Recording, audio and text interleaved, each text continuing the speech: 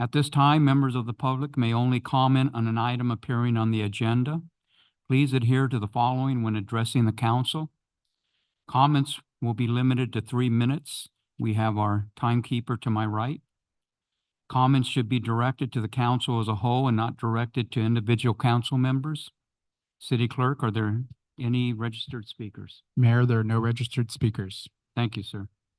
Council will now proceed to closed session. Thank you for joining us. A report of closed session will occur after the deliberations. Thank you.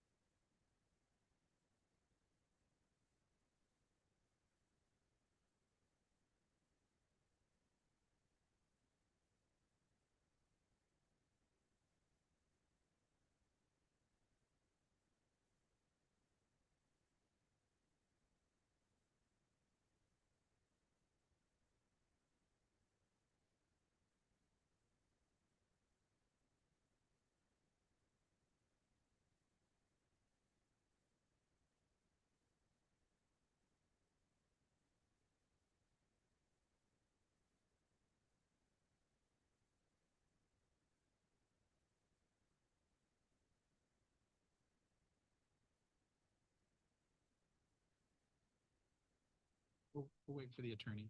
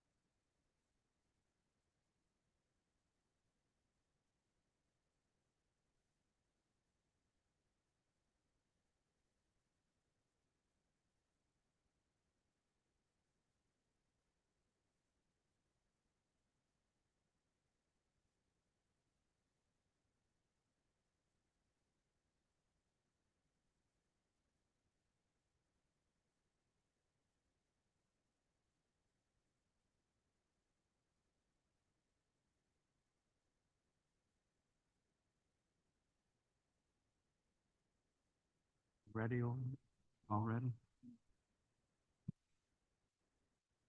Good evening. I would like to call the March 26, 2024 regular city council meeting to order. I would like to point out that this meeting is being hosted through live stream on the city's website. I would like to remind council to have their microphones turned on and positioned so the audience can hear. City Clerk, may we have roll call, please? Thank you, Mayor. Councilmember Kendrick. Here. Councilmember Krupa. Here. Councilmember Lilienthal. Here. Mayor Pro Tem Peterson. Here. Mayor Males. Here. All members are present. Okay, we are gonna have our invocation. Do we have a pastor here at all? If not, I will go ahead and say something and, after which Councilmember Krupa will lead us in the Pledge of Allegiance. Can I have you please stand?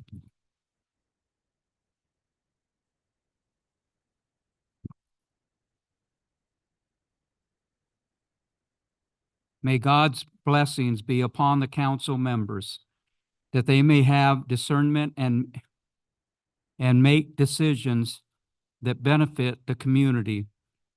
May they be guided by wisdom, unity, and compassion in their decisions. May their hearts be filled with understanding as they address the needs of the city. Let's also pray for the city itself, that it may thrive and be a place of peace, prosperity, and harmony for all its residents. In Christ's name, amen.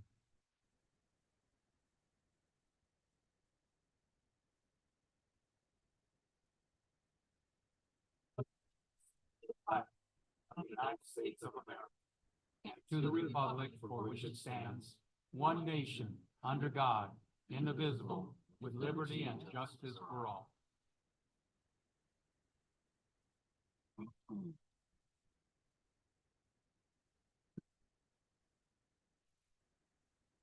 We will move to the city attorney's report from closed session. City Attorney, can we get a report out, please? Thank you. Good evening, Mayor. There's no reportable action out of closed session tonight. Thank you, sir. We will now move to communications from the public. There is a 3-minute per person time limit for all general public comments on non-public hearing items. To my right is my timekeeper, and she'll keep time for 3 minutes. All who wish to speak, including council members and staff, need to be recognized by the mayor before speaking. Please state your name and item you're commenting on before speaking. We will take public comment for items listed on the agenda. May I have John Sherritt, please, on item 17D.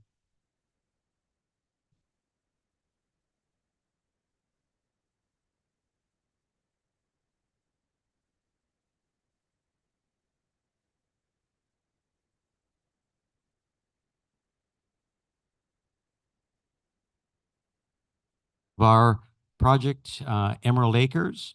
Emerald Acres is a 391 unit master plan community that is being designed on the city's western border. The project is in the city, or is in the county of Riverside. And we've had a long history of trying to get Emerald Acres designed and approved. We began the project in 2005. So we're almost coming up on our 20th anniversary of trying to get the project approved. We've had a number of hurdles and challenges over the years, but I think we're hopefully at the last stages of getting that through. The matter that's before your council this evening is a request by us to support our application to the Riverside County Conservation Authority to grant an easement over property that they own, that we need to develop the spine road through Emerald Acres that will connect the corner of Stetson Avenue and California, which is in the city, and then going up through Emerald Acres to connect to Florida Avenue at Calvert Avenue. And so it's basically, if you think of going west on Florida, if you can visualize the Four Seasons 55+ community that's in the city on Florida, our master plan community would exit onto Florida at that location and tie into the existing traffic light. So that connection is a major transportation element that is, we believe, is approved in the city's general plan circulation element.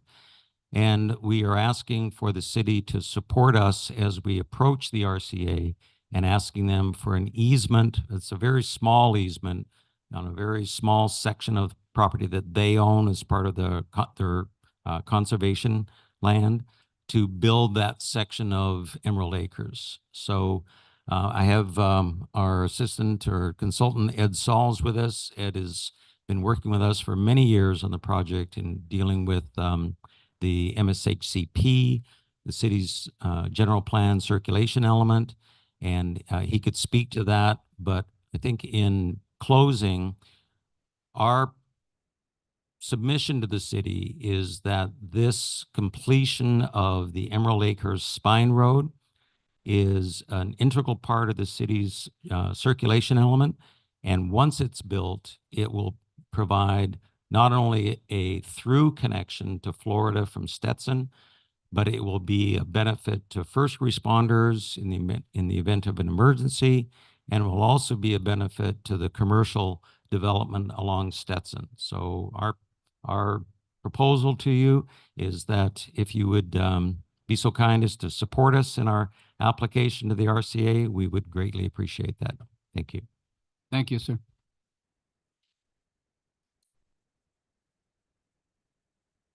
Jeff Ender.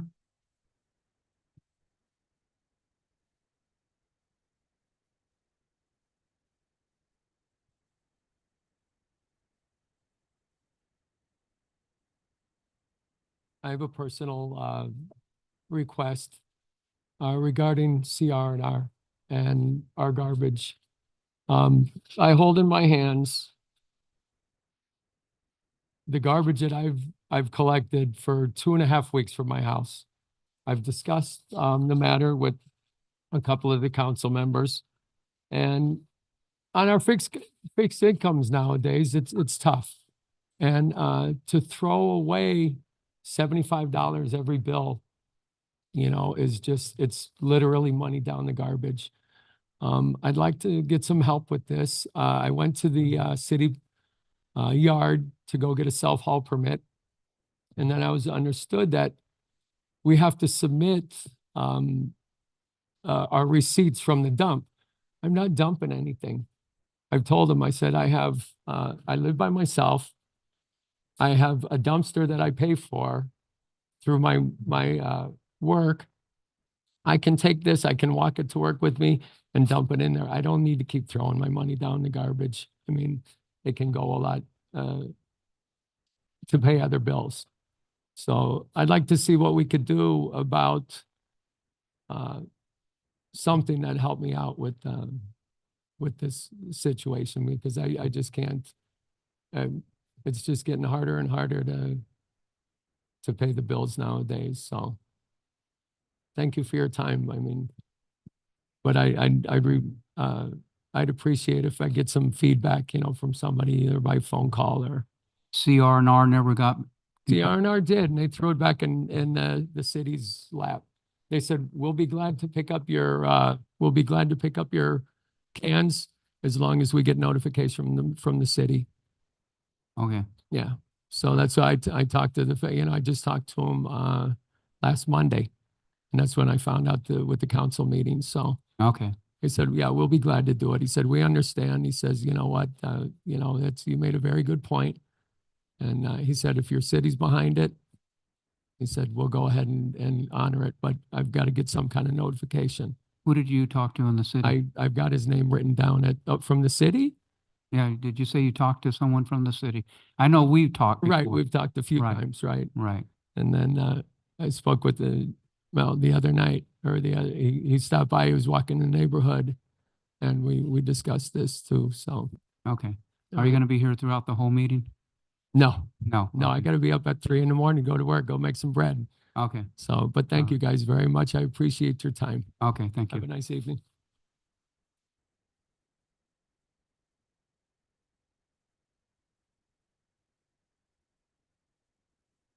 Okay, and that's the end of what we had here. Okay. City Clerk, were there any electronic comments submitted to be read aloud? So at the end of comments, we will take public comments for items not listed on the agenda. We will now move to the public hearing for this evening. Do we have anybody on? No one, okay.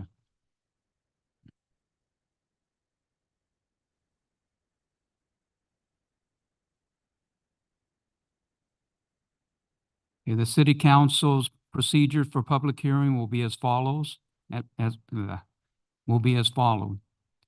Staff will provide a report and clarification of items presented. The public hearing will be open for comments for those in favor or in opposition to the item, followed by the rebuttal to any comments made. The public hearing will be closed and the city manager may respond to any questions raised by the public.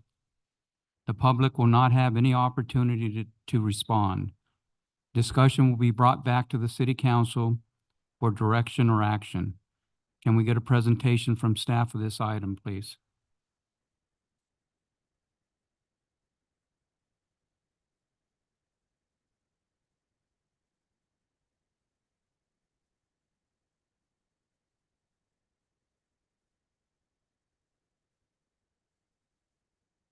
Good evening, Mayor, council members. I'll be speaking on behalf of the new municipal code. Trying to put an effect here. It's going to be in our books 46-110 through 46-113, and this is in regards to catalytic converters. Excuse me. I'm going to read off the actual municipal code itself, and then I'll take any questions you may have. The City Council of Hemet finds that the theft of catalytic converters has been an increasing problem in Hemet in recent years. In Riverside County, there were at least 200 reports of catalytic converter thefts in 2022. As of July 1st, 2023, there were at least 316 reports by victims. The external location of catalytic converters and the use of valuable precious metals, including rhodium, palladium, and platinum in catalytic converters, makes these devices a target for thieves. Individuals in possession of stolen catalytic converters often recycle them for substantial profit, while victims of these thefts suffer the consequences of paying thousands of dollars in repairs. The inconvenience of repairing these vehicles and feeling unsafe in the community, as well as the inconvenience of repairing these vehicles and feeling unsafe in the community. Finding the victim of these crimes is extremely difficult due to the manner in which catalytic converter thefts occur and lack of identifying marks on catalytic converters to link a stolen catalytic converter to the victim. The inability to identify the victims of catalytic converter thefts can inhibit the ability to successfully prosecute individuals for the thefts. This ordinance is necessary to provide the city, in conjunction with the county of Riverside and other surrounding cities, a means to protect the public, deter this criminal activity, and promote a more productive use of Hemet resources. The purpose and intent of this ordinance is to curb the theft of catalytic converters throughout the city and to provide the city with reasonable means to address the impact on the community and the victims posed by increasing catalytic converter thefts. So this is something that it's not only the city of Hemet, this is definitely the county. This comes right out of the county. We're mimicking it. We're trying to make our own. as well as every other surrounding city. So we're on the same page. We don't want to be the city that doesn't implement this. And so we have the bad guys and girls coming this way and there's no repercussions. Definitions, catalytic converter, this is for anybody who might not know, is a means any exhaust emission control device or portion thereof that converts toxic gases and pollutants in exhaust gas from an internal combustion engine into a less toxic pollutant. So there's several criteria that we would need to put in place here. One of those is documentation or other proof from the person in possession of that catalytic converter. That means written documents clearly identifying the vehicle from which the catalytic converter originated based on the totality of the circumstances, which includes but is not limited to the following types of documents. So we're out in the streets and one of my officers stops a vehicle or stops somebody riding their bike or whatnot, and they're in possession of a catalytic converter. Today, it's pretty suspicious, but today there's not much we could do about that. There's no markings on there may or may not be markings on catalytic converter. There's no way of going back and finding a true victim of this crime. If anybody has been a victim of it, you know, you're paying $1,000 to get this replaced if you can get the part. So what this, we get this passed. One of my officers stops somebody. This is what they'll have to prove. They'll need a bill of sale from the original owner with photographs. Number two, verifiable documentation from an auto body shop proving the owner relinquished the catalytic converter to the auto body shop. Number three, verifiable electronic communication from the previous owner to the possessor relinquishing ownership of the catalytic converter. Four, photographs of the vehicle from which the catalytic converter originated. And five, vehicle registration associated with the catalytic converter containing an associated license plate number or vehicle identification number or driver's license number or registered vehicle owner. So unlawful possession of catalytic converter. Barring any provision of state law permitting the same, it is unlawful for any person to possess any catalytic converter which is not attached and an operable part of a vehicle unless the person has a verifiable valid proof of ownership, which is the ones I listed earlier, of the catalytic converter. This section does not apply to a detached catalytic converter that has been verifiably tested, certified, and labeled or otherwise approved for reuse and is being sought or sold for purposes of reuse in accordance with the Federal Clean Air Act and regulations under the Clean Air Act as they may be amended from time to time. Evidence of unlawful possession may be presumed by the number of detached catalytic converters within one's possession and or by the condition of the dismantled catalytic converters, including but not limited to the manner a catalytic converter has been detached or cut from a vehicle. So what does this mean for us? This would be a misdemeanor penalty. Any person who violates any provision of this ordinance is guilty of a misdemeanor, and upon conviction shall be punished by a fine not exceeding $1,000 or by imprisonment in the county jail for a term not exceeding 1 year. That's a pretty generic punishment for a misdemeanor crime. Right now, there's really nothing there, or by both. Upon any second or subsequent conviction of the offense, the person shall be punished by the penalties of a fine of $1,000 and by imprisonment in the county jail for 1 year. And of course, the city attorney, in his or her sound discretion, may prosecute a violation of the chapter as an infraction, which the first one would be $100 penalty, second one, 200, third one, 500, all within a year. A fourth violation of this code within 1 year shall be charged as a misdemeanor and may not be reduced to an infraction. So it's rare that you'll see it go that direction. Usually if someone's fought it to that point, they're probably lawfully able to have this catalytic converter in their possession. They just have to show proof. With that said, I thought I'd probably answer a question before it's asked. Hemet, how are we doing with Hemet? I know this was an issue a couple of years back, and I asked the question today. I haven't heard too much of it. Maybe it's because of the position I'm in, but so in 2022, we had 154 thefts reported of catalytic converters. 2023, well, let me go back. Something that was big in 2022, we held an operation, our investigations bureau did. It was called an Operation Undercarriage. They worked closely with CHP and whatnot, and I think that had a big effect as to the following year's numbers. So 2022, 154 reports, 2023, 29 thefts, and 2024, we're still looking, but right now we have 0 to date that we were able to find. But CHP also in 2023, they did a same operation that we did in 2022. They came across a huge lot full of these catalytic converters in Paris. And they tackled the recycling, they tacked it to a recycling center back to our city here. Made contact with the owners there and essentially shut them down. They didn't have proof of, the owner was saying he was recycling this and paying the people for it. He was probably paying $100 per, and they're turning them in for about $1,200 per catalytic converter. But it's good news. We still, even though our numbers have gone down, I fully believe that we need to implement this municipal code. That gives us, gives my officers powers to stop somebody and, hold them liable. I mean, someone shouldn't be in possession of that unless you're an auto body shop or Napa Auto Parts or something like that. Thank you for your presentation. I will now open the public hearing. City Clerk, are there any public comments for the hearing? Oh, right here, okay. Daryl Terrell, please.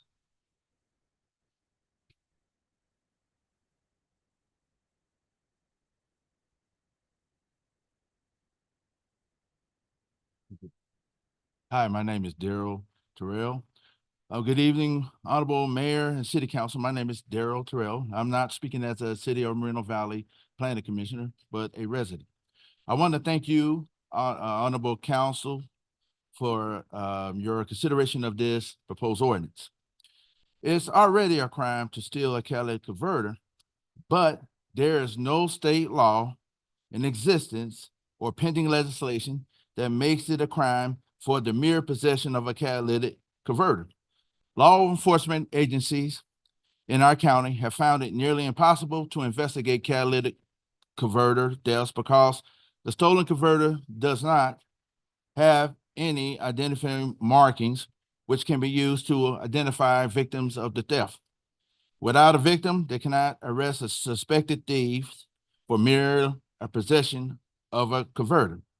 In response, the governor signed AB 641, the catalytic converter theft law, that doesn't penalize the mere possession of a detached converter, but expands the definition of a catalytic, the definition of an automotive dismantler, so that if someone steals 9 or more converters and it's discovered, they can be charged with operating as a dismantler without a license. And Honorable Mayor and City Council, you have opportunity to approve the first reading of this proposed ordinance that makes it stronger than the state and making it a crime to possess crime to possess a single catalytic converter, unlike the state of California. It doesn't concern itself whether the individual charge meets the definition of a automotive dismantler. Also, it applies if the individual possesses even a single detached converter, unlike the 9 under state law. In addition, it would ensure that your deputies, not your deputies, your police officers, would have the tools to arrest and prosecute and hold these thieves accountable for the thievery they have committed in this community, and creating a unified enforcement that crosses city limits. The cost of replacing a converter is beyond reasonable for any working class person. They have spent countless of dollars to replace them. It doesn't even account for the lost wages when a family is without their vehicle for days or weeks while their car is in the shop. This proposed ordinance would send a clear message to these thieves. If you steal from the working class people in this community, this city will come down on you with the full force of the law. And thank you, and I hope you guys pass this and put these creeps in jail. Thank you, Daryl.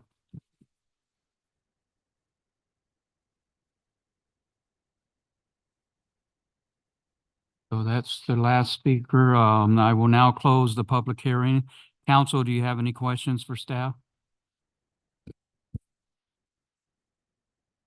I just think this is great. I've seen it done in other jurisdictions, so I'm happy that it's coming to Hemet.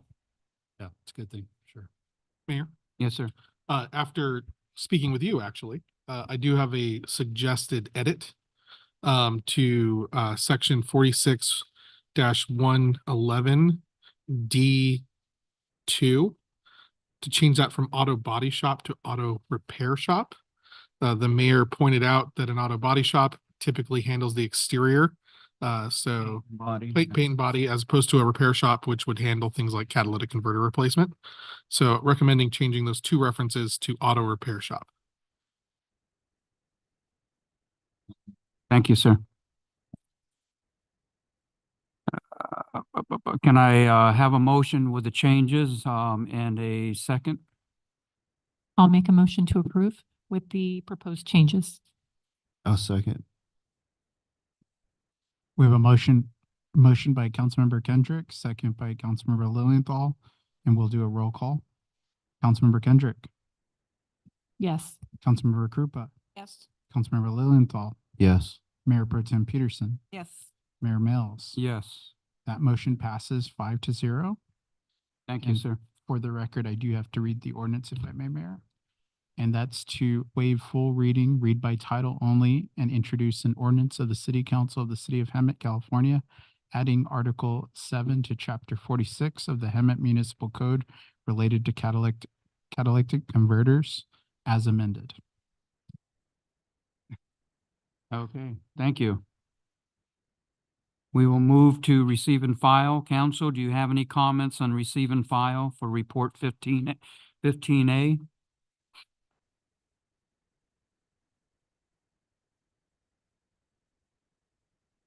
No, everyone's good? We will receive and file the budget adjustments for the month of January 2024. And we will now move to the consent calendar.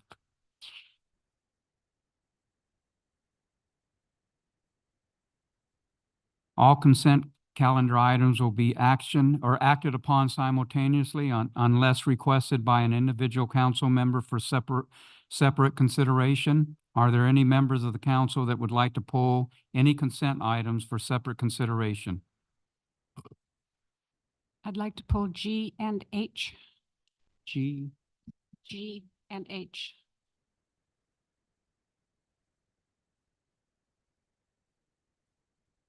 I'd like to pull 16E. B, okay.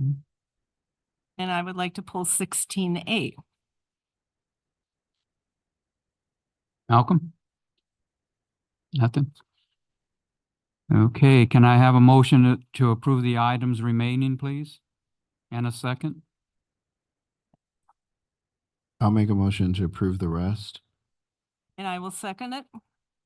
City Clerk? I have a motion by Councilmember Lilienthal, second by Mayor Pro Tem Peterson. Council, please cast your votes. And that's to approve the consent calendar with the removals of items 16A, E, G, and H for separate consideration.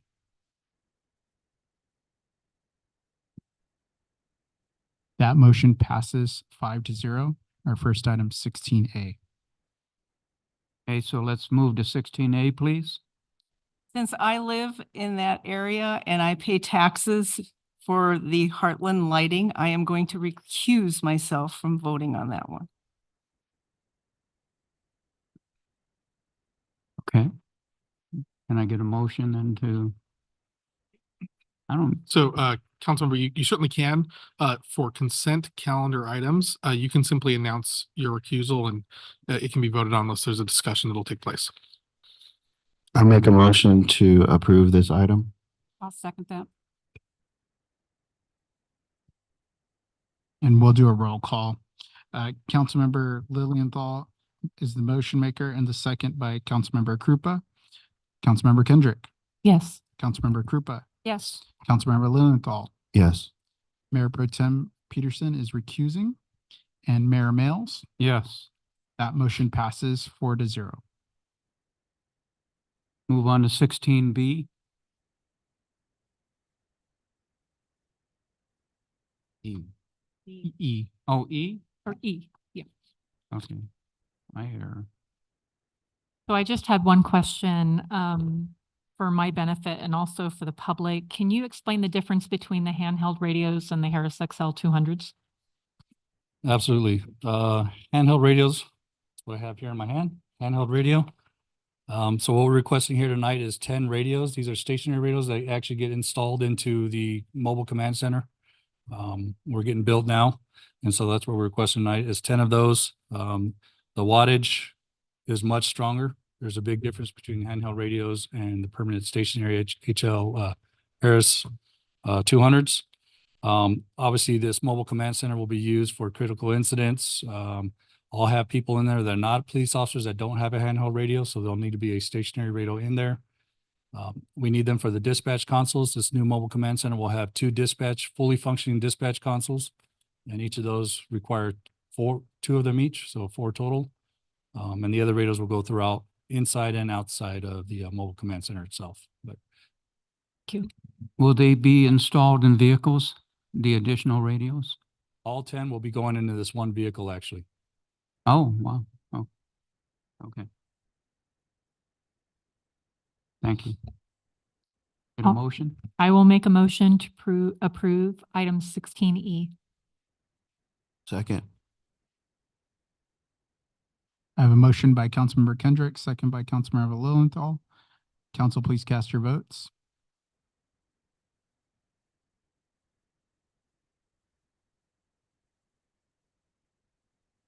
That motion passes 5-0.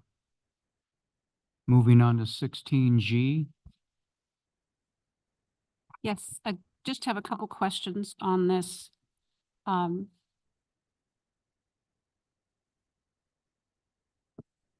that the progress report is for the entire annual general plan update, or is it just for the housing element? For the entire general plan. General plan, how are we doing on the housing element? Have we had that approved yet? We are currently in certification with HCD. They've identified a few items that we need to revise. We think they're minor, but there's one component that does require a zoning code update before they certify our housing element. And what is the time frame on that so that we don't get caught behind the 8 ball? Yes, I will be bringing back a work study for the council to discuss potential zoning code update. Thank you, appreciate that. And I will tell you that I read this update and there's some stuff in there that I don't necessarily agree with, but it's in there and we'll work on it.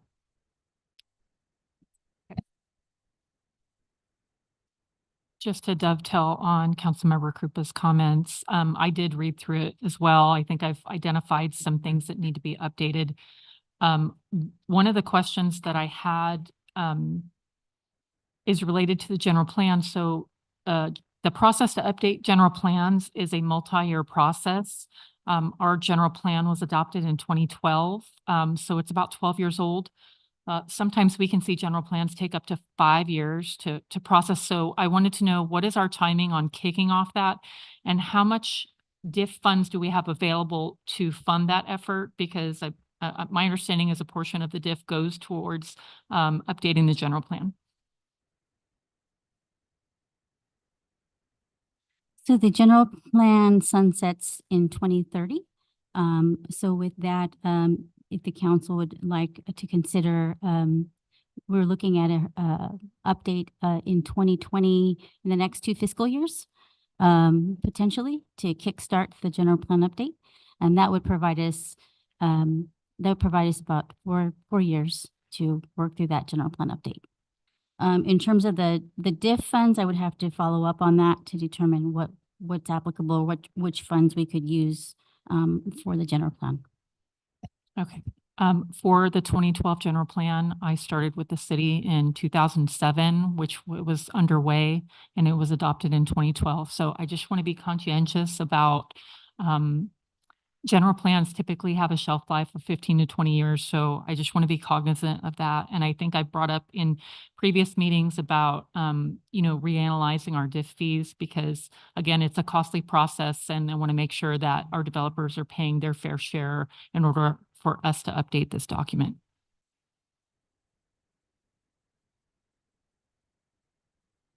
If no other questions, I will move approval on this item. Second. I have a motion by Councilmember Krupa, second by Councilmember Lilienthal. Council, please cast your votes. That motion passes 5-0. Thank you. 16H. Yes. Where do I start? I may be able to help you Okay. because Councilmember Krupa and I had a conversation about the origin of the draft policy.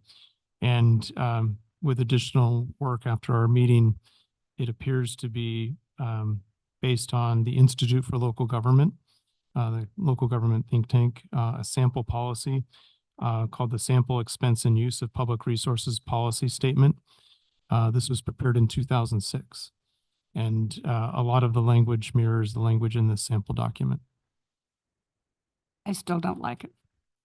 I would like to see some changes made in this. And if we can send it back to staff and have them rework it. I'm not going to add all of the angst that I had in reading it, but I felt like a 12-year-old child having my hands slapped and being chastised for doing something that we have been doing in the city for the last 30 years with no problems whatsoever. So I'd like to see some additional work done on it, some clarification of simplicity. I don't think we need a 7-page instruction for elected officials on how to go on trips and get reimbursed for their travel. I concur with my colleague, Councilmember Krupa. I know, I think this came up based on a mileage reimbursement that I did for about 3 months of travel. And it took about 3 months for me to get denied. And I was told by staff that any travel within Riverside County or San Bernardino County is not covered. These are the 2 largest counties in the state. So I take issue with that. I think per diem based on the GSA is great. I do that in the jurisdiction that I work for, but I'm not a council member there. I think that some of the things that council members participate in do not fall within that. So I'd like to see some consideration taken into that. And I have spoken with 2 previous council members from some time ago, and they had indicated there is a policy in place. So I think that there's going to be some people taking through some files, non-employees, to try and locate that. But I concur. I think that for council members, it's different. I travel and drive a lot for the city of Hemet, and we make about $3.26 an hour to do this job. So, I made 45 cents.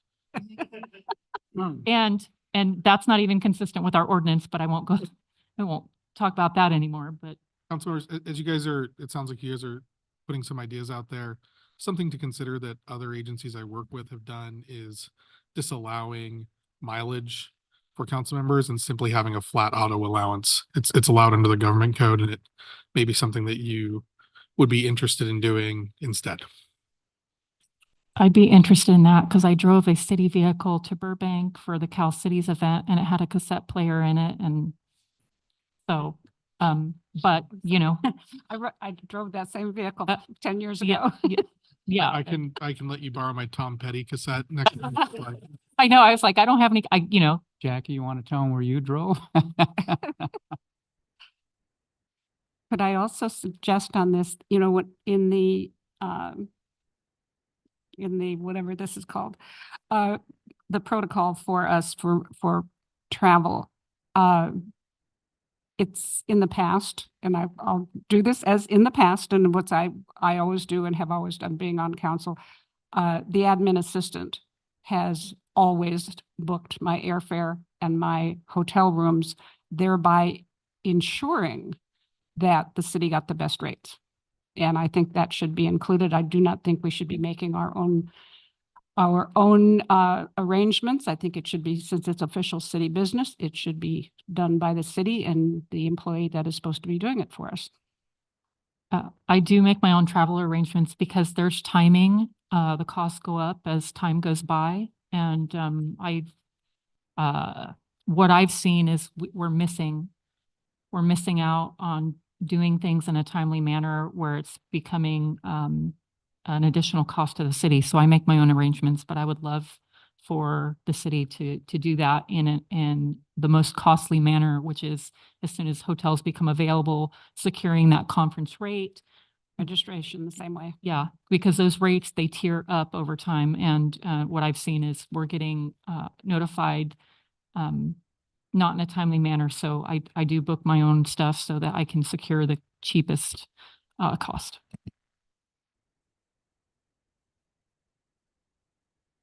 So do we need any express direction to staff or just to send this back to staff to then bring it back to us? I think what we can do is look for some shorter examples that are pretty specific to the point. And at the same time, I think flexibility seems to be part of the feedback, is having that flexibility. So why don't we do our best at looking at some shorter options for you, and also researching, by the way, any prior adopted policy that may be out there. So we'll do that research as well. It wouldn't surprise me that there is one. Thank you. Appreciate that.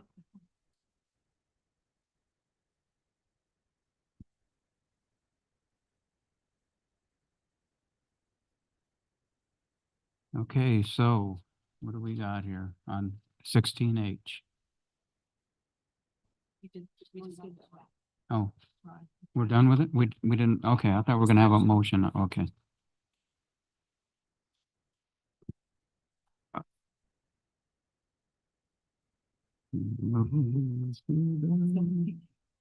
Okay, discussion action items. Our first discussion item is improvements to Fire Station 1. Item 17A, can we have a staff presentation, please? Good evening, Mayor, council members. The item before you this evening is for a funding agreement with Riverside County for an allocation of ARPA funds. This is allocated to Hemet from Supervisor Gutierrez.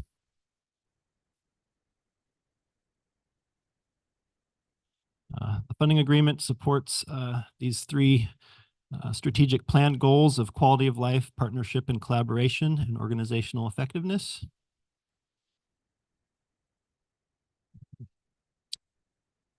So this funding agreement is for just over $2.4 million. It includes improvements to a couple of fire facilities. The first one being a new standby generator for the Covell Emergency Operations Center. The rest of the improvements are at Fire Station 1, and that includes it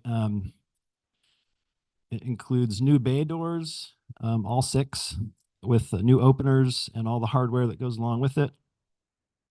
A first floor restroom modification to make it ADA compliant, some new flooring on the first floor, and then new paint on both the interior and exterior. So a lot of, I don't think it includes a mural, but a lot of good improvements. The second project is Kirby Street. It's a rehab and maintenance all the way from Florida Avenue to Esplanade Avenue. And that is just over $1.7 million of allocation. There's a segment on the north end near Esplanade that needs a grade adjustment because it currently floods when it rains. Otherwise, there's a lot of areas that need full replacement, kind of mix, and then grind and overlay rehab. And then there's a segment between Devonshire and Menlo that is in pretty good condition, but it is due for maintenance, so it'll get a slurry seal.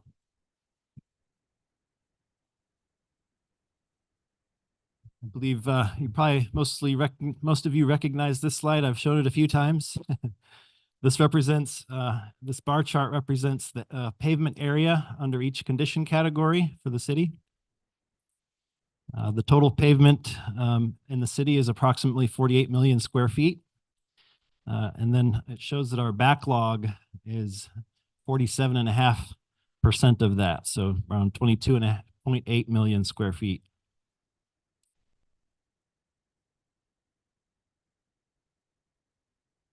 This map is an exhibit of all of the current paving projects that we've got in process and coming up over the next year.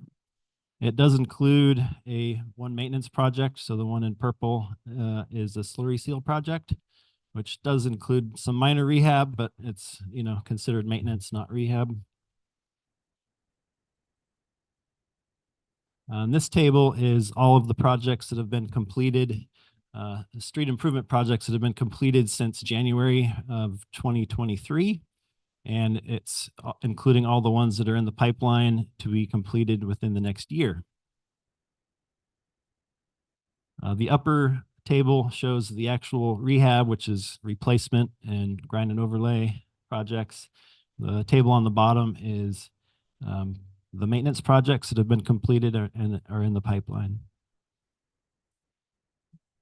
So you can see it's pretty significant, the investment over the past year and coming up.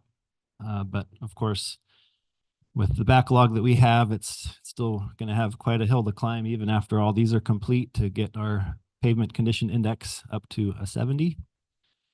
But it's still, I'm happy to show you that we're getting an additional $1.7 million with this agreement, and we're going to be able to improve Kirby from Florida to Esplanade. And if city manager has anything to add, he's welcome to. That concludes my presentation. I would only add that we really wanted to highlight the work of Supervisor Gutierrez, and we really appreciate his efforts as well as the county's generosity in helping us advance repairs to Station 1, the Coville building, and then also the investment in the streets, which is so important here.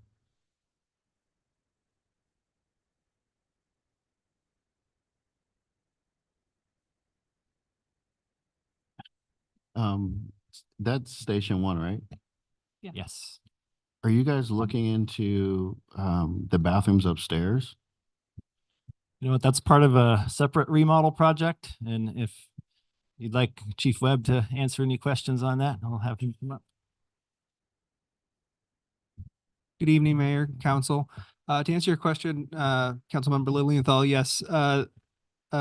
About a year and a half ago, this council authorized the use of ARPA funding for a comprehensive remodel for the upstairs of Station 1.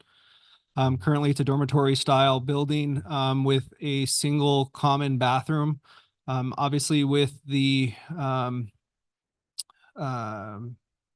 hiring of different genders, different backgrounds, we wanted to make things more inclusive, more gender neutral. So the project that's currently ongoing has gone out to bid for architecture. We've met with the architects. We've finalized some plans with the help of Noah and his team. We're working on putting a bid package together that would go out to bid for construction company. So we're hoping within the next few months to have the entire upstairs renovated as well, with individual bedrooms and then 3 individual gender neutral bathrooms. Okay, yeah. I also want to thank Supervisor Gutierrez for his generosity. And my first fire ride along was at Station 1, and people live there, and it was the disrepair was unfortunate. And you can't walk in the second floor bathroom because you might go through. It was spongy. So I'm really glad to see that some of those funds are going to update that facility. And just a thank you again to Supervisor Gutierrez.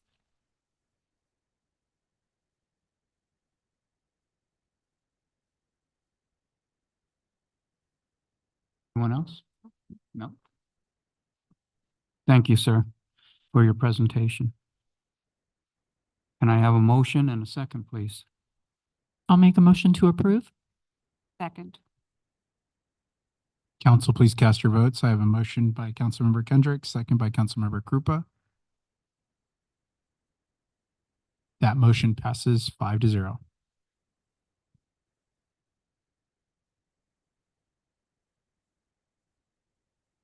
We will move on to item 17B.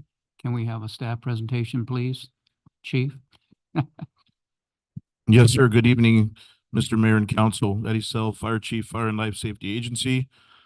And tonight, we're really pleased to be able to talk about something that's been over 2 years in the making, and that is a safety net ambulance agreement between the city of Hemet and AMR Ambulance.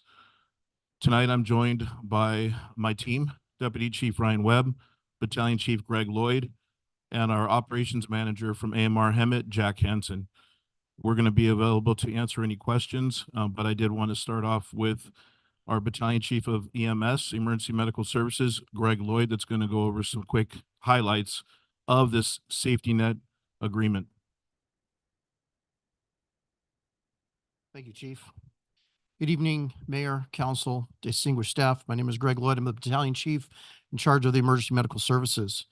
And I'm here to talk to you about our ambulance agreement. To give you a little background on the Emergency Medical Services partnership that we share within Riverside County is a partnership between first responders, ambulance transport agencies, and the hospital. This partnership works seamlessly together to take somebody from a 911 call to that hospital to receive that advanced level of care, getting an increasingly complex level of care along the way. However, it is a delicate partnership. It is a delicate partnership and one that has seen some problems and some failings, one of them being in the 2019 flu epidemic. We had an increased number of transports, an increased burden on the EMS system, and it was felt by all entities, the first responders, the ambulance transport agencies, as well as the hospital. In 2021, with the COVID-19 pandemic, we initially saw a decrease in the number of calls, but then about 6 to 8 months later, we saw a tremendous spike. With that pressure that came on, came a huge impact on the ambulance transports as well as the hospitals. How does that impact us? That it means that there's longer wait times for ambulances, as well as that means our first responders are on scene longer, and then they're not available to run other emergencies or to respond to other call for service. One of the other unintended consequences of the COVID-19 epidemic was the shutdown. One of the things that shut down were paramedic schools. Paramedic schools shut down for a year, and that shutdown created a ripple effect in hiring and recruiting personnel in order to continue to face and to address the needs of our emergency medical services system. What did that mean? As I had said before, greater time on scene for first responders, less resources available. When those resources came available, our partners at AMR had to make some decisions. We went from paramedic ambulances to BLS ambulances or EMT ambulances, which ends up being a lower level of training. In 2022, we saw 200 responses into the city with BLS ambulances. That was done because there were no ALS ambulances available. What did that mean for our personnel? That meant that if that person met an advanced level of care, our paramedic had to go off of the engine and go onto the ambulance and drive with the ambulance to the hospital. That would be fine if that was Hemet Valley Hospital, and often they did that. But a lot of times when Hemet was crowded or Hemet was on what they called redirect because their emergency room was full, that ambulance had to transport to Loma Linda Murrieta, Riverside County Hospital, 45 minutes away. With a turnaround time, that meant that that engine was out of service for 90 minutes, 2 hours, because they didn't have that paramedic on board. And so that caused a trickle-down effect. You had crowded emergency departments. What happened was when the emergency department is crowded to a point where that ambulance can't turn that patient over, they go on what's called APOD, which is an ambulance patient offload delay. And that's a status for the ambulance to alert the system to say, hey, let's not make the problem worse and bring more ambulance patients there. So then they start moving patients out of the city. And then when that patient is moved out of the city or that ambulance is removed out of the city, it's not available. If we can transport locally, the turnaround time of the ambulance is much quicker. However, when they transport outside of the city, then that creates this domino effect, which relates to less resources available for the citizens within the city. I want to say thank you to the city manager, to Fire Chief Sell, for giving me the opportunity to represent the city of Hemet as a stakeholder at the Riverside County Emergency Medical Services Authority's strategic planning meeting. They had a number of meetings. They had 4 meetings throughout the county in various areas, talking about what the emergency medical services system is going to look like here in the future. What did that mean? It meant solutions. And we talked about system solutions versus self-preservation solutions. For instance, when an ambulance goes on redirect, or a hospital, excuse me, goes on redirect, that means they stop taking patients. That's a self-preservation solution. It helps that hospital, but that burden, those calls or those patients now get pushed to the other hospitals. So it's basically shifting that weight to somebody else, and then it causes a continued domino effect. So we talked about system solutions. One of them is the Safety Net Ambulance. This is a partnership ambulance with AMR to staff and transport a unit with Hemet Fire Department paramedics. What are the advantages of this? All personnel costs are covered by the transport agency. So they use our personnel, but they are covering the costs to that. So that is an advantage for the city. They had immediate access to experienced paramedics. That's an advantage for the transport company. The transport unit is dedicated to the city, and that unit is covered by the transport agency. We don't pay for the ambulance. So it's another advantage to the city. And then it's used only when necessary. So as we saw within the 2019 flu, within the 2021 COVID-19 pandemic, that we have a fragile system. I'm happy to say that that system has recovered. I'm happy to say that our use of BLS ambulances is almost non-existent. And that is in thanks to our partners at AMR and their efforts to recruit personnel and to bring on. But we recognize that we have a fragile system. And so for us as a first response agency, we want to plan for that, right? If they say that if something is foreseeable, if it's preventable, and we want to plan for that. And so what we have is something that is available to be used when necessary, that it can be put into effect immediately. The initiation of this agreement gives that readiness, standby type of option so we can institute it when necessary.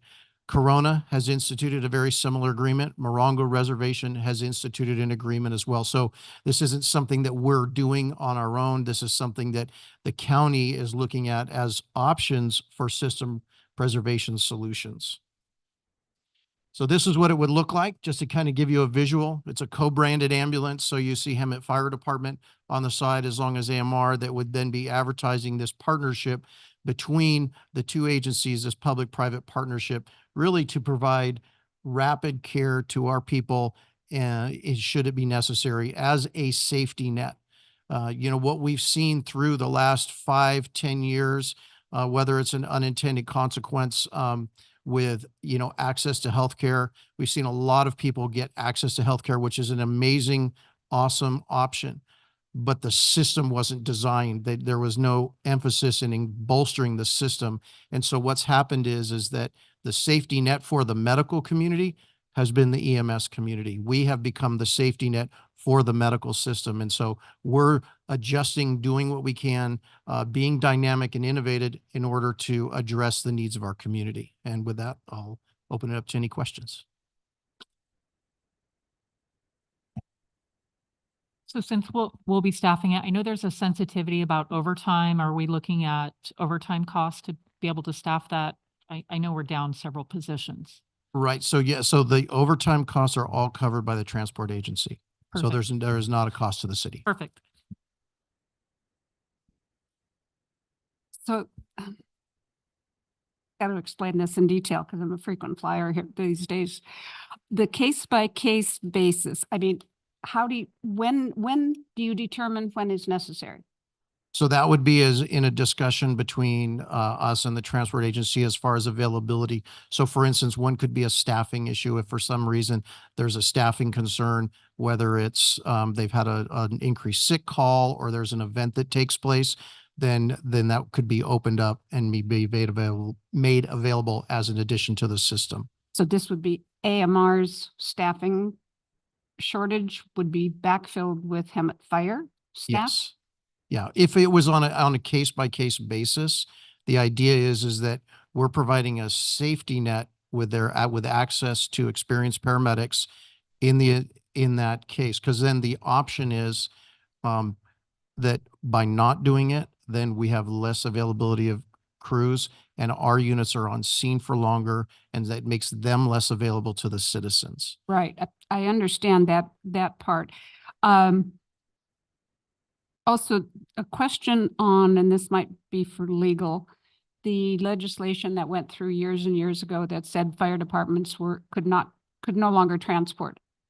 How does the logo on an ambulance relate to that, or does it? So I think you're referring to what are commonly referred as 201 rights, which is the ability of certain agencies which historically had transportation, they could continue it. But agencies which had not established it were subject to county control, which is why we're in the situation we're in. Correct. AMR is the county contractor for transport within the county. We've discussed this contract was subjected to extensive legal review.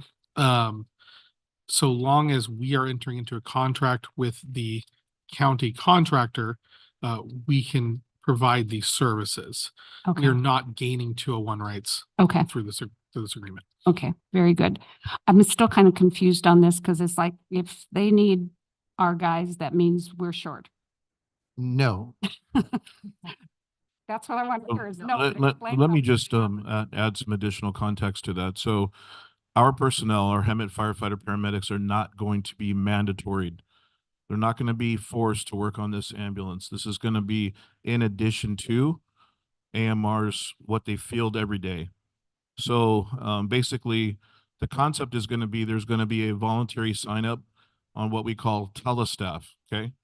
Okay. So there's going to be a voluntary sign up, at which time our on-duty battalion chief will contact AMR and let the supervisor know, let's say hypothetically, this is called Hemet Medic 1. So they're going to let them know that Hemet Medic 1 is staffed and available. AMR will have the right to say yes or no because they're funding this. Okay?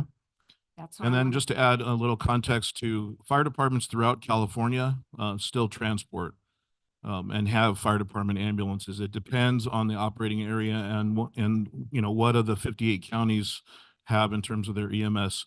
So this is actually a very innovative approach to a public-private partnership. Real quick question. This vehicle is coming from AMR and it'll be housed where? Most of that remains to be seen as far as what station, probably station 1, but that could change. And yeah, we've actually had this thing. Jack put a cover on it. He said, "Save for Hemet Fire." Nobody touched it. Okay. Yeah. Great. All right. Thank you. Anyone else? Jack, how come over here, buddy? Jack is here. And by the way, Jack is the star in Riverside County in terms of the AMR operation. Hemet continues to be the leader in maintaining staffing levels compared to the rest of the county, and it's because of his leadership. So I do want to acknowledge Jack for his leadership and his longtime partnership with us. So that's Jack of all trades then. No. Okay. Had to say it. I'm sorry. Mayor, City Council members, I'm Jack Hansen, Operations Manager for American Medical Response for the Mid-County area of Riverside County. AMR fully supports this resolution and agreement. We believe even though we are back to performing enhanced and compliant response times, that a safety net is a good idea for the safety of your citizens, firefighters, and law enforcement officers. Thank you. Thank you. And to that, we know that we live in an ever-changing world, and frankly, we are always one pandemic or one major emergency away from the next need. So I think getting in front of it and having this agreement is a big deal for our community. Chief, are you seeing any fruition from the partnerships that you made with Alessandro High with the Pathway program to help with some of the needs of staffing? That's a great question. So after, and what the council member is referring to is the First Responder Pathway program that we started 2 years ago at Alessandro High School. We've had 5 students that went on to go to EMT school, including one of the mayor mentees, Brooklyn. I think she just passed her national registry. So you can see that that's already going to be a successful program. And AMR is going to be in coordination with workforce development, able to give those young adults jobs. And then eventually, hopefully, they're going to become our firefighter paramedics in the future. Awesome. All right, can I have a motion and a second, please? Or are we done? We done? I'll make the motion to adopt a resolution, authorize the city manager to execute a staffing and vehicle use agreement with AMR. I'll second. I have a motion by Councilmember Lowenthal, second by Councilmember Kendrick. Council, please cast your votes.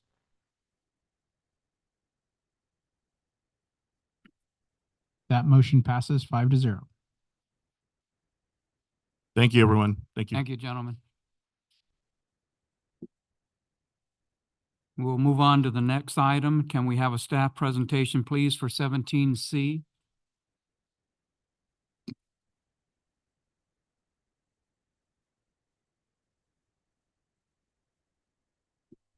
Mayor and City Council. This is a presentation on discussion item for the Stetson Channel gates. And this isn't all five, it should only be just one. It is the strategic plan item number 1, quality of life. So the Stetson Channel storm drain facility is an existing concrete channel that is owned and maintained by Riverside County Flood Control and Water Conservation District. The channel extends from Palm Avenue at the upstream end to the confluence with the Hemet Channel at the downstream end. At Sanderson Avenue, the concrete channel transitions to a double 12-foot wide by 7-foot high reinforced concrete box, which extends approximately 760 feet downstream of Sanderson Avenue to the east. An existing lateral that is currently owned and maintained by the city connects to the existing Stetson Channel box and consists of over 100 feet of a double 9-foot wide by 5-foot high reinforced concrete box. And this was later extended south along Stetson.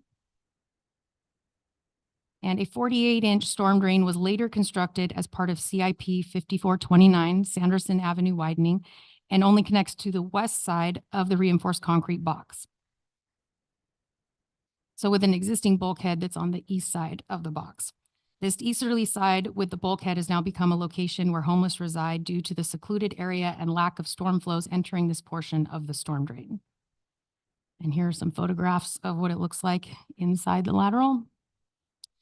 And there's some more also right there.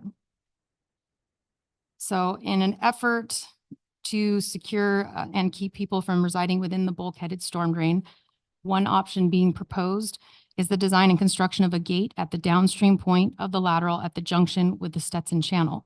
This gate would prevent any unwanted access and habitation within the lateral while allowing future access for maintenance purposes. And due to the length of the Stetson Channel reinforced concrete box shown here in red, this area has also become a location where homeless reside, especially in times with little rainfall. Here are some photographs of the inside of that culvert. So the second option would be to construct gates on the upstream and downstream ends of the double 12-foot wide by 7-foot high reinforced concrete box that would prevent unwanted access to the structure. This option would require a license agreement with Riverside County Flood Control and Water Conservation District for maintenance of any blockages and or debris on the gates. And these are some of the photos of the types of gates that would be utilized in either location. And the City of Hemet Police Department had a total of 741 service calls for Page Plaza in 2023. And the fire department has responded to 17 fire-related calls and 23 medical calls in this location since 2021. Construction of the gates and reducing unwanted access to this facility is expected to reduce recurring police and fire calls in the area. So the cost of the construction for the gate on the lateral would be approximately $30,000 more due to the confined space issues and the logistics of installing a gate that far into the main line. It's about $120,000 for that lateral. And then for each side of the Stetson Channel is about $90,000. So therefore, staff is recommending allocating 29,000 of general funds for the design of the gates and 90,000 of general funds for the construction of the gates on the upstream and downstream ends of the Culvert Crossing Sanderson Avenue, and coordinate a license agreement with Riverside County Flood Control and Water Conservation District. Do you want to add? Thank you for your presentation. Pete? I think that was a great presentation, but I'm here for any questions. I can say I experienced actually going down there in the tunnels myself and pulling people out. And we've experienced all the calls at Page Plaza, the vandalism, you name it. Some of them I don't even want to say, but it's everyone points out they do their crime here or their vandalism, whatever it is, and they go back to the intersection there in the tunnel. So So you attribute a lot of the crimes in Page Plaza from these individuals that are in this? absolutely. And so those numbers are, those are high numbers just for Page Plaza. We started to do the surrounding residences, the ones that would be affected, because I know we're going to have crime there as well, but it was so many, the number was so high, we focused on Page Plaza. But we're working on those numbers as well for the residents. I think it would have an effect on Seven Hills as well as the one just north of, on the northeast corner there. Yeah, have you found any mailboxes, you know, the ones that they have in communities where, because I had 3 complaints on these big mailboxes being taken, you know, just pulled out and taken somewhere. So you haven't Well, found any over there, have you? We haven't found any over there, but it's Oh. probably being thrown into a back of a pickup or something. Yeah. A big mailbox, right? Something separate, but. Go ahead.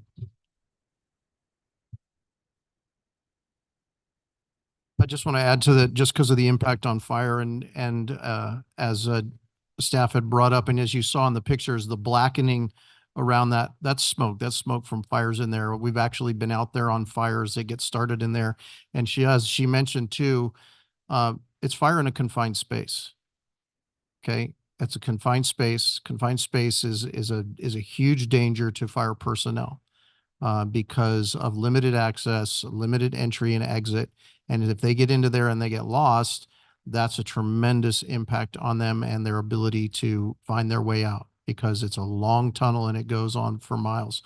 The other impact for this, as she had mentioned, regarding the long channel along Stetson, we get several calls where we chase smoke all the way down from Sanderson all the way to Buena Vista. And we'll get smoke that'll pop up and that'll generate a call. And then it'll pop up a little bit farther down, and it's all coming from that area because it just drifts its way down and it finds an opening and makes its way out. So just to say that is the impact for our personnel and support of the city manager in this project would be a huge benefit for not only for the call volume, but for the safety of our personnel as well. Thank you. Do you have a guesstimation on how many people are down there? It can fluctuate throughout the year. I'd say they came across about 10 the other day, last week when they went over down there. But this is the middle of winter and it's raining right now, so there's not as many. The middle of summertime, it'll be packed in there. The walls will be lined up with beds and couches and sleeping bags, and that's to stay out of the heat. It's very, it's a lot cooler in there, so they commit their crime and then they go back to their living spaces. Go ahead. I would imagine that the amount of staff time going out there between public safety is more than the cost to install a gate. So I think this is a great idea, and it also protects those people from, injuries or loss of life, including our staff. I think it's a great idea. You also, go ahead. No, go ahead. You also mentioned that it goes down to what, miles? So is there any other openings that they can have access to get in there? Not necessarily openings that they have access to, and I mean, they could speak to it more specifically with Public Works, but where it happens is it comes out the gutters. So where the storm drain access is, it's not big enough for a person to access, but that smoke finds that opening. And so we get multiple calls, smoke coming from the gutter or smoke coming from a manhole cover. But there's no other entryways where they can get into that from other areas. Only catch basins that drain in there, and that's, curb openings at the Yeah, curb. So I that's mean, it. yeah. Okay. Seal it. Go ahead. Just a quick question. Staff is doing design and construction, or is county flood? We would be. We'd be leading that. Okay, but to their specifications, so they can't come We'd be back on us? coordinating with, yes, we'd be Okay. coordinating with them. Just Absolutely. gotta coordinate. Yes, yeah. Thank you. I'd like to make sure we go with the most effective process of getting this done and making sure that they can't get back in there. So whatever that entails, I'd like to go that route. It'd probably be each side of the Stetson channel, because then Yes. it would also prevent access to the lateral. So it'd be the Okay. most effective. So can we have a motion to go that route? I'll make a motion to adopt a resolution of the City Council of the City of Hemet appropriating a total amount of $119,000 from the general fund reserves for the design, 29,000 and construction, 90,000 of the Stetson Channel gates of the Stetson Channel on the upstream and downstream ends of the culvert crossing Sanderson Avenue. I'll second that. Can I make one more comment? You said 120 in the slide, and what we have is 119. So which number? Well, 120 is the cost if you were just doing the lateral because of the confined space issues and logistics. 90,000 is construction for the two gates on the Stetson channel plus 29,000 for the design. So it's 119 total. Okay. I thought you said one. Great. Did we get a second? Yep. Okay, Council, then- please cast your votes. I have a motion by Councilmember Kendrick, second by Councilmember Krupa. That motion passes 5-0. Thank you for your presentations.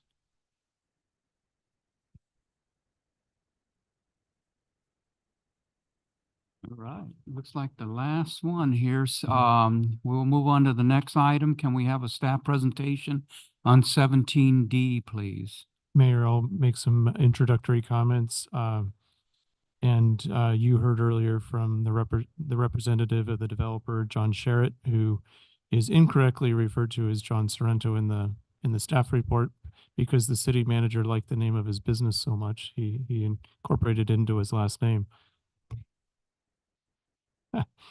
But I think the public comment earlier introduced the item.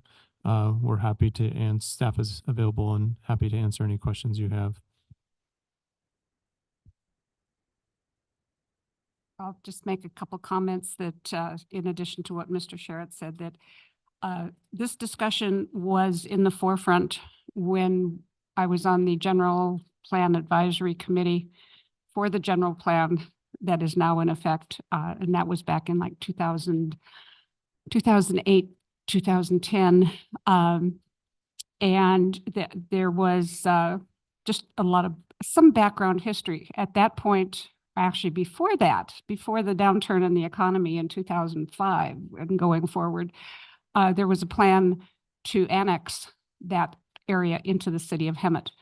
And we found, between Noah and I and general city manager, we found all sorts of backup material. And then we went to private council members and said, can you clarify, why did the city have this list of conditions on a development that's in the county? And it was like, well, it was supposed to be in the city, but things happened and we went forward. So this development has been around for a long time. It has always been a very, very nice, well-planned community. And it is the gateway to Hemet. And having Stetson go through there to link up makes another direct route into the city, which benefits us. Even though you won't be in the city, they'll shop in the city. And I think this is really good. And if we can give a letter of support to RCA to give up a small easement of land that probably no fairy shrimp live on. And it's in the general plan circulation that was approved by the county back in 2012. I think it's the least we could do to help Mr. Sherritt out and encourage the development to go forward. I have one question, Mr. Sherritt. In your write-up and the diagram, you mentioned 4 seasons. It does not go to 4 seasons. There's empty land in between. That is correct. There's land in between us, the Kobe property. So our northern border is the southern border of the Kobe property, and then that is contiguous to Florida, where the Four Seasons intersection light is. So we did have a proposal with Mr. Kobe a number of years ago to acquire an easement through his property to construct our spine road to connect to the traffic signal at Four Seasons. So that was the reference to that. Okay, but the way it stands right now, it's not gonna go into Four Seasons though. No, it won't right now. What our hope is that with the development of the Kobe property on his time frame, that he will then build a spine road through his property that would connect to our. My hope is eventually, not sure what that time frame is, but eventually our spine road would connect to the Kobe spine road that would then connect to the traffic signal at the entrance to Four Seasons. So, Thank you.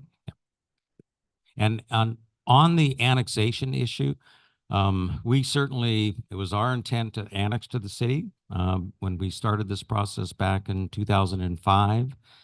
And LAVCO made the condition on us that we could not be an island or a peninsula. So in order for the annexation to happen, the intervening properties, such as the Kobe property and property to the east of the Kobe property, would have to annex to the city. So initially, we had all those property owners willing to annex to the city. We were in full support of that. With the delays that happened with the recession in 2008, with the delays that happened with the planning of the RCTC's Highway 79 realignment, all those delays combined, the other property owners decided that they elected not to annex to the city. So that forced us back into processing in the county. So that was our reality at that time. Yeah, I just want to note on the record that in my past life as a staff member for the planning department, I did work on this project. I did confer with the city attorney that it's not a conflict. I'm just happy to see this come forward and I do support your request. Good, thank you. All right. Any other comments? Nope. So let's get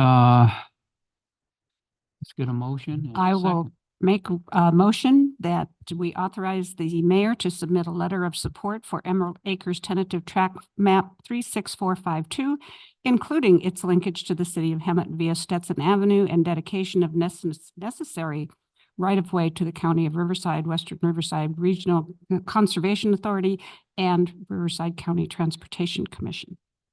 I'll second. Council, please cast your votes. I have a motion by Councilmember Krupa, second by Councilmember Kendrick.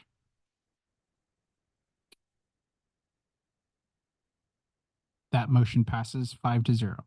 Good. Thank you for your help and support. Thank you.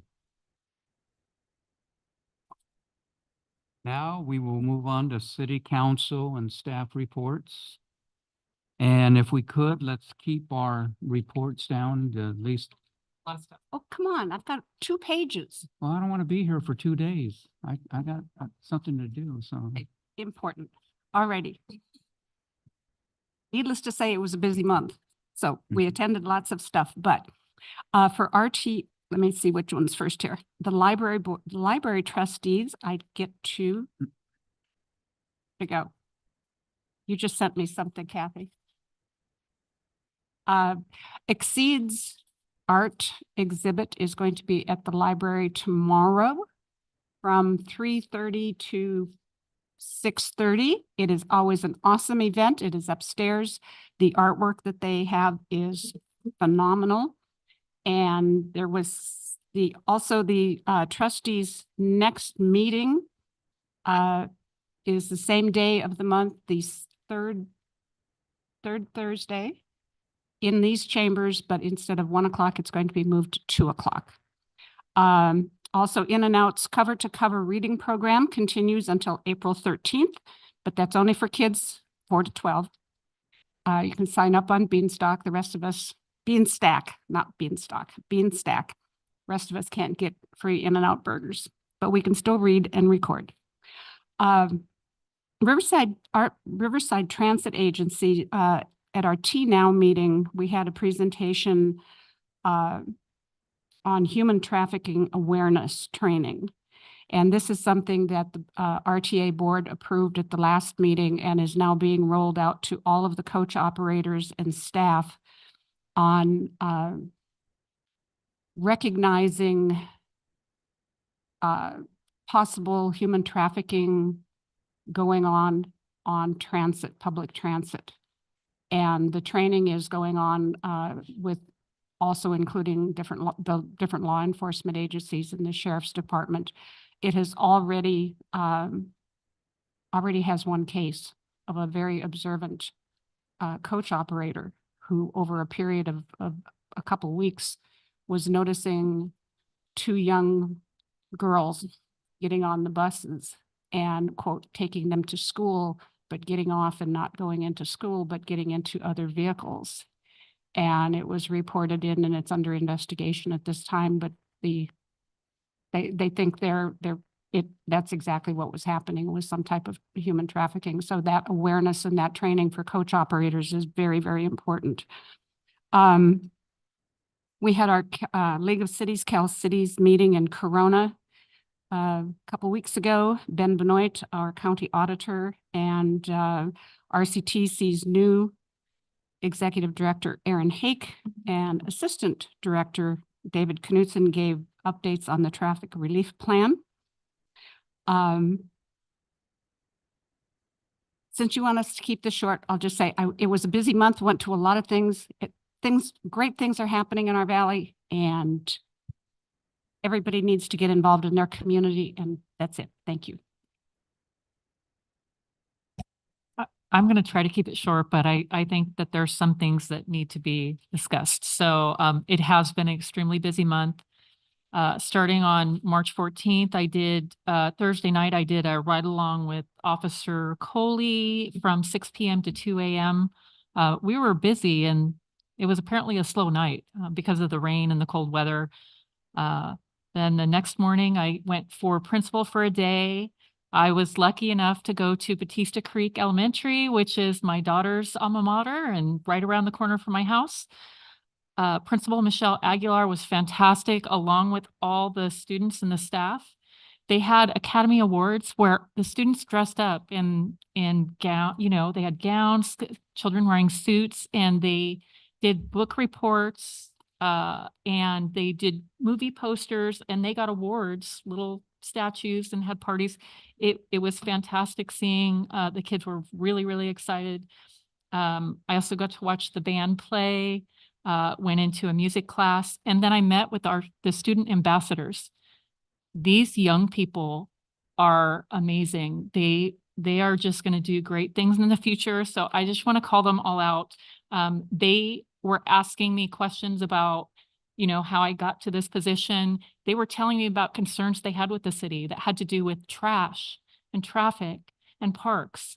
These are elementary school children that are completely engaged with the issues that we're dealing with.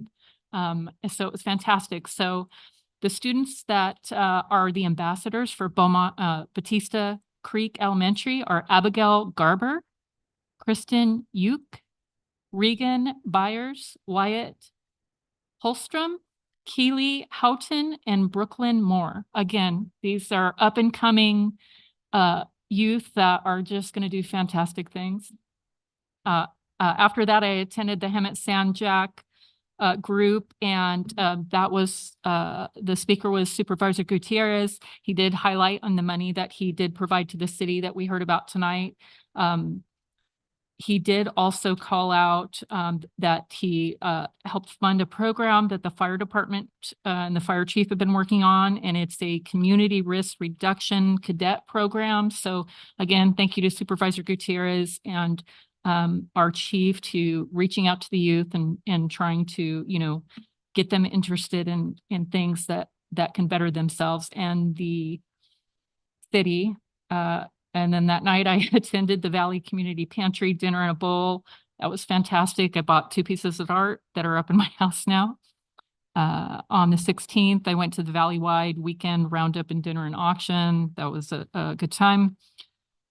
On March 19th was Planning Commission. So there was the general plan progress report that was presented to the Planning Commission. There was a very lengthy discussion, a lot of questions from the planning commissioners, and I know I've brought this up in the past.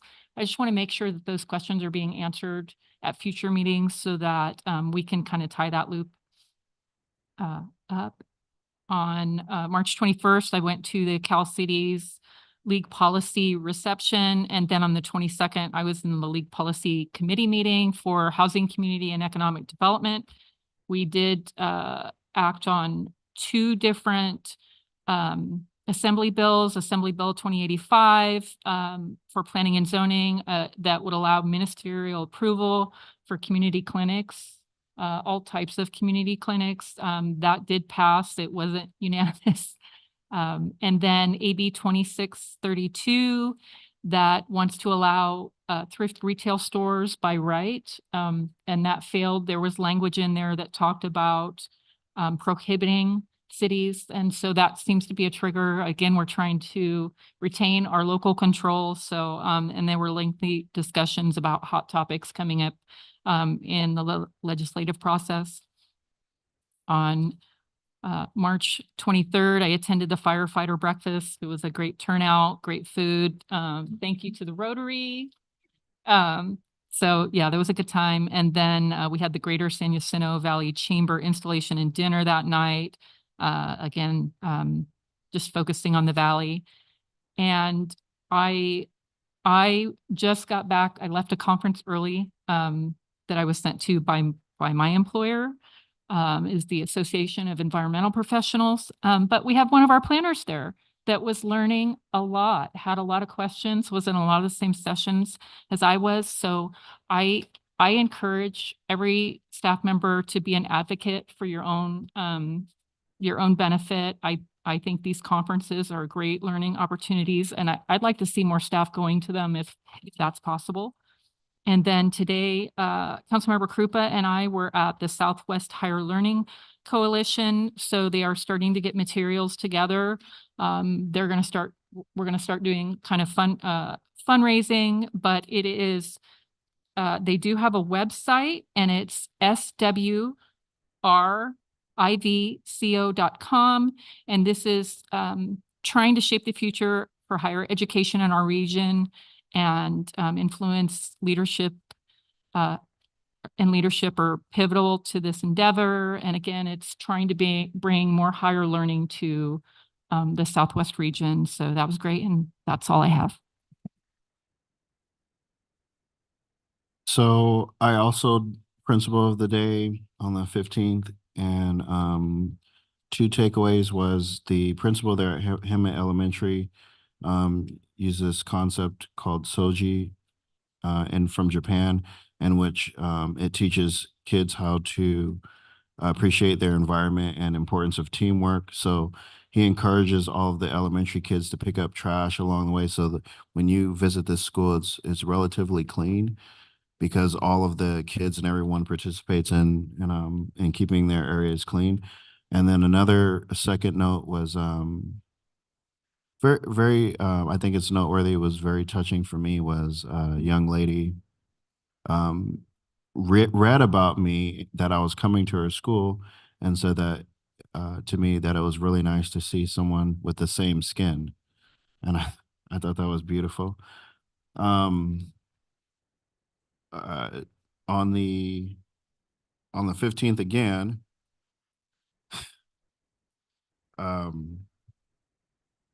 adding to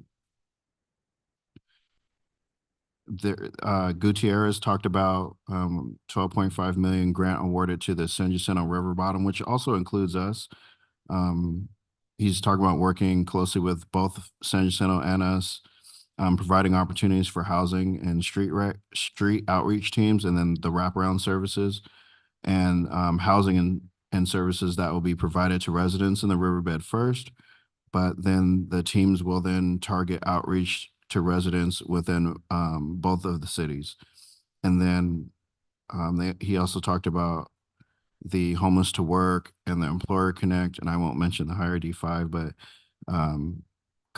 currently 909 households receiving monthly rental assistance through the Housing Choice Voucher. That's about an average of 1,199 a month. And nine households receiving through Housing Opportunities with AIDS, 1,155 a month. And then there is the homeless teams work together to provide mobile case management services to homeless individuals. And then he talked about 196,000 going to the city of San Jacinto to deliver those street outreach programs, 691,000 to Valley Restart, 419,000 to street outreach for Valley Restart, 433,000 for rapid rehousing rental assistance to Valley Restart, 616,000 and increased sheltering capacity for seniors, 6 pallet homes. And then we also talked about the resume building, job placement, career coaching within a 12-month follow-up for continued support on that effort. Also went to Dinner Bowl. Not only did they have the Dinner Bowl, but students were out there with their art. Lots of unreal pictures, pencil, paintings, all kinds of things. They had students out there providing entertainment. Very community-oriented event that we regularly see at Talkwitz High. On the 18th, the mayor and I were at the ribbon cutting for Break Masters next in that same plaza with Harbor Freight, along with our economic, I forgot his name, Ben, and then for League of Cities Policy Committee, Community Policy Committee on the 21st. We had a presentation that they gave, the city of Burbank gave a presentation about how they addressed homelessness, and that included collaboration among community development. Community development was over it. The police department, public works was emphasized, and along with the grants coordinator that they had. And then the meeting covered funding challenges and the potential impact of Supreme Court decision, and then the creation of various support initiatives for safe storage facilities, emergency shelters, parking for those living in their cars. They call it like safe parking. And then the financial literacy programs to prevent homelessness. And then they were looking at trauma-informed shelter improvement approaches, and the importance of interdepartmental collaboration and the role of a grants coordinator in efforts to combat homelessness in that city. And then they talked about their funding sources and taking a regional approach with the entire county versus just the one city doing it. They took a regional approach to secure higher funding. And then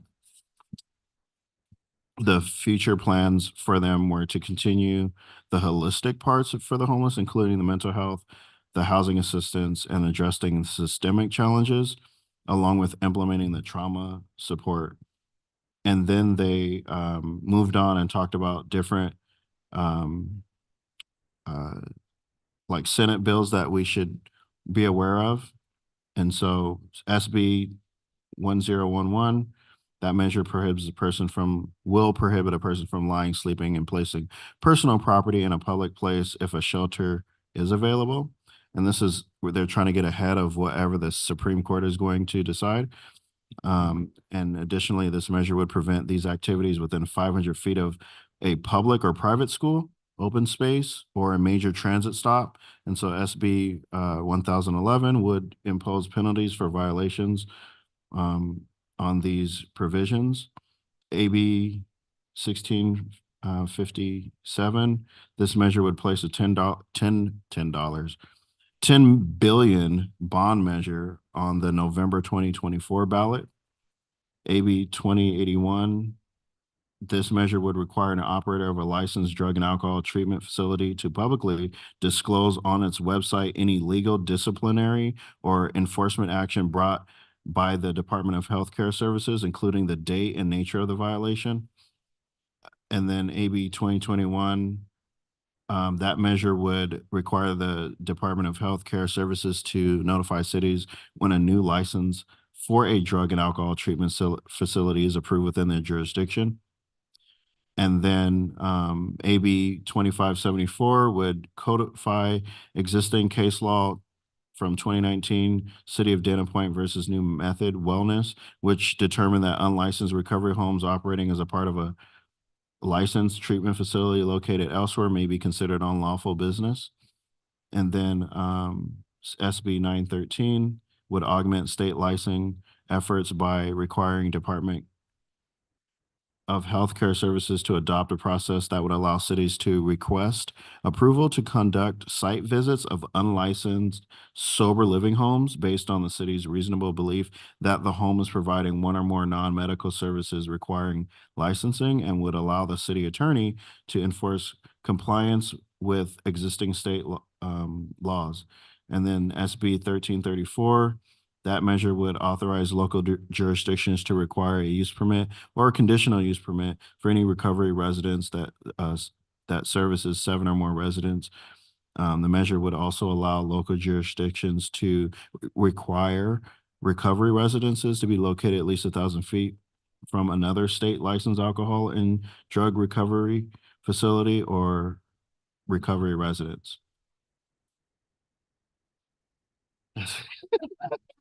That's it. Take a breath. Good job. Okay, so I went to a lot of the same events they did, so I'm only going to talk about things that they didn't talk about. The Caltrans quarterly meeting was last week, and our city manager and public works director and myself were on there with the Caltrans folks. And we asked about the timeline for the completion of the construction of the sidewalks and the gutters on Florida. And we said, when is this going to be done? You know, people want to know, they're tired of it. Okay. So we were told that Caltrans talks with the contractors and they only have a 4-week look ahead. And their staff person reminded us that it's a 2-year project, but we hope to get it done by the end of the year, she said. So, you know, we're just going to have to live with it for a while. And our public works director, Noah, did suggest maybe they finish one spot before they start another one, which was very wise. So, yeah, so that was one thing that was discussed. They mentioned the streetlights out at Gilmore and Florida, and they're going to check on that for us. So we all know about Warren Road if you travel that, and then sections of Sanderson have been pretty beat up this last year or two also. So Warren Road is very complicated because it's owned or people are responsible for it, including San Jacinto, the city of Hemet, and the county. And it's divided up really crazy. So there's different sections, and you know, you'll find a smooth spot and then you go bump, bump, bump, bump, bump like this, you know. So I'm happy to say that we're going to have our part of that is going to be done very soon. So I'm ecstatic about that because I do use that road. And Sanderson and Warren were never meant to be like major thoroughfares. You know, it was supposed to be 79 coming into the city. And our city manager, Mark, asked them, is there any funding? Is there any help we can get? Because we never thought that this kind of traffic would be coming through our routes like that. So they suggested that we look for other funding, and I'm sure that our staff will be looking for some outside funding to help us with those 2 streets, and especially probably Warren, because it's, you know, it's divided up so crazy. So just yesterday morning, I had the pleasure of going out for the ribbon cutting of the Adopt a Street. And our Lieutenant Mowat from the Hemet Police Department and his family have adopted a long stretch of Menlo Avenue. And I just want to applaud him and his family for doing this. I think it's great. And I wanted to mention this because I want everybody in the city to know you can do this. You can adopt a street if you're a family, if you're a service club, you know, church group, whatever. We really have made big strides this last year. We've got quite a few more blocks that have gotten adopted, and that was one of our strategic goals. And we think we met it, you know, what we set to do out last year. So, and we've got a couple more in the works, and we're excited about that. So, as the Ramona Bowl liaison, I just want to tell everybody, they just had the Snowbird play, and they did get rained on last Saturday, but they stopped a couple times, I heard, and the show must go on, and everything went pretty well. And the dates of the official plays this year are the weekends of April 20th and 21st, April 27th and 28th, and May 4th and 5th. And last year was the 100th anniversary of the play. And this year is the 100th anniversary of the area's troubadours, who will be honored on opening day. So that'll be kind of a nice little presentation that they're going to do. There's a lot of concerts that the staff, the board is working on. Most of these are in July. There's going to be a Motown review with the Temptation Supremes and Marvelettes. The Real Deal, Brent Payne, he's a country singer. No tribute or cover band. He's coming on July 13th. The Como La Flor group is coming again, and they're always a real big hit with our community. There's going to be a Cher show and maybe Bruce Springsteen in August. So not the real one. And then they're going to be doing something brand new this year, which is an R&B festival. And it's a company that puts this on. And it sounds like a great concept. And Ramona Bowl has to do very little for this. And they bring in all the bands. They bring in like different food vendors and such. And it's a weekend thing on October 12th and 13th. And I think it sounds really interesting. So that's good. And I'm probably stealing city manager's thunder, but I want to talk about Hemet Beautiful. So I'm really excited about this. And this is something I wanted to do that I did down in the San Diego area, very similar to this. And it's a community day of service, and we're looking for all kinds of volunteers. We're looking for single people to sign up. We're looking for families. We're looking for service clubs again, all kinds of groups. And there are 3 things that you can do on the website. So you can sign up to be a volunteer. But the nice thing about this is you can nominate a project. So if you have like an elderly person, a disabled person, maybe a single parent that's just, you know, running behind, you can nominate that house or that residence, or you can nominate like a park you want to see something done in. You can nominate a business that may need some landscaping and you know, just a little bit of paint or something. So what we're going to do is like landscaping, a little painting, maybe fix a fence, all this kind of stuff. We're looking for a lot of volunteers for that day. And it's Saturday, April 27th. And also we're looking for sponsors.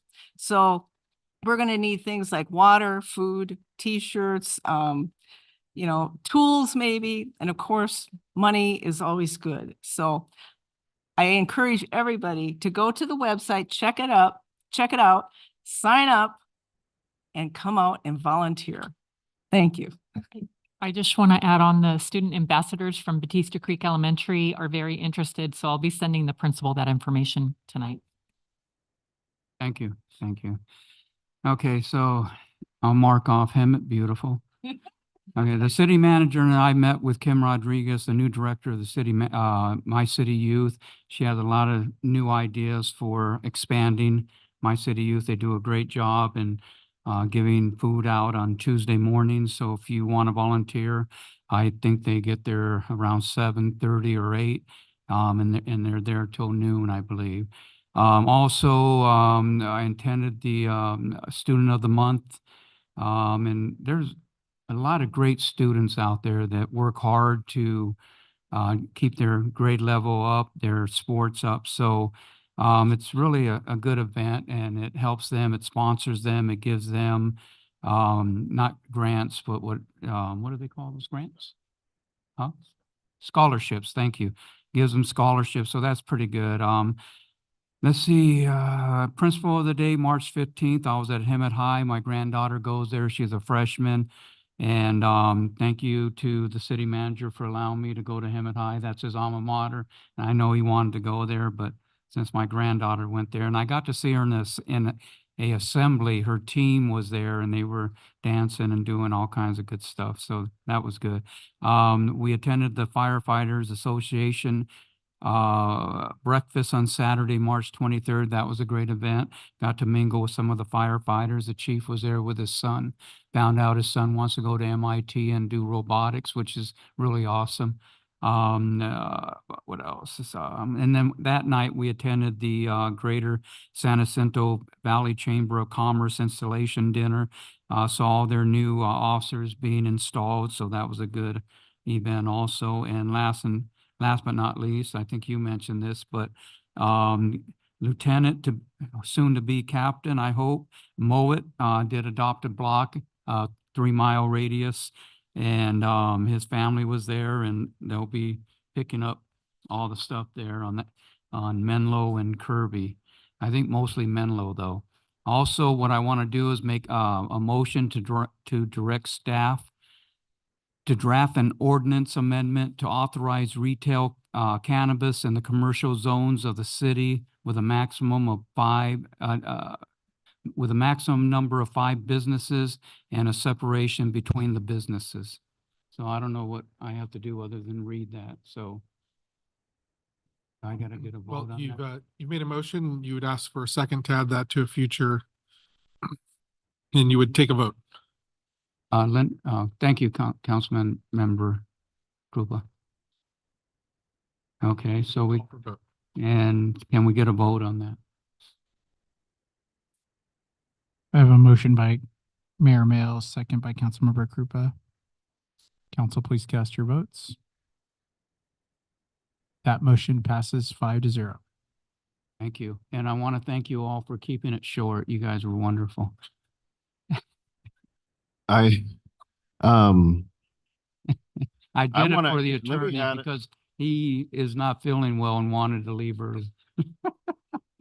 I would like to make a motion to see if we can get a dedication of Gibble Skate Park for Angel Figueroa, and then to subsequent that with coming up with like how we would name stuff in the future. Councilmember, the council has adopted a facility naming policy. We can get a copy to you Yeah. if you'd like. I would like to also get my son's name on something too that gave his life to this city. It's been quite a while, 8 years, I believe, and nothing. So it's.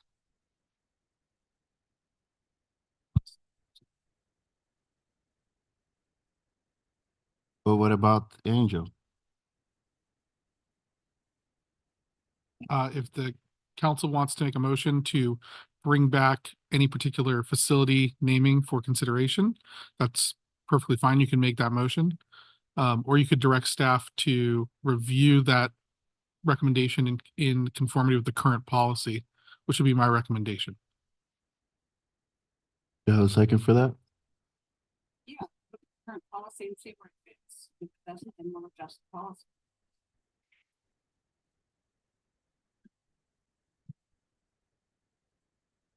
We got a motion and a second. I heard a motion. I didn't hear the second. I'm sorry. And that's just to look at the policy, correct? Yes, for staff to look at the guidelines and see if one or both of these fit into it and bring it back. If we need to make adjustments, we'll make adjustments. If not, I like the naming. I like naming things. It's good. It's good for the community. So now we can get a Bad second. for that young man who was. I on a feel bad for skateboard. my son, so I'd like to see his name also on something. I'm on the skateboard. Somebody gonna second my motion? I'll second. Thank you.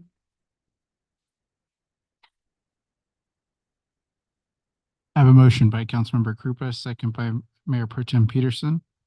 Council, please cast your votes.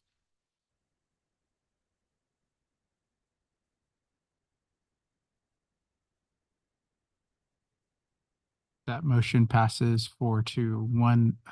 Mayor Mel is voting no. Okay, let's move on to ad hoc committees. We already did ad hoc committees?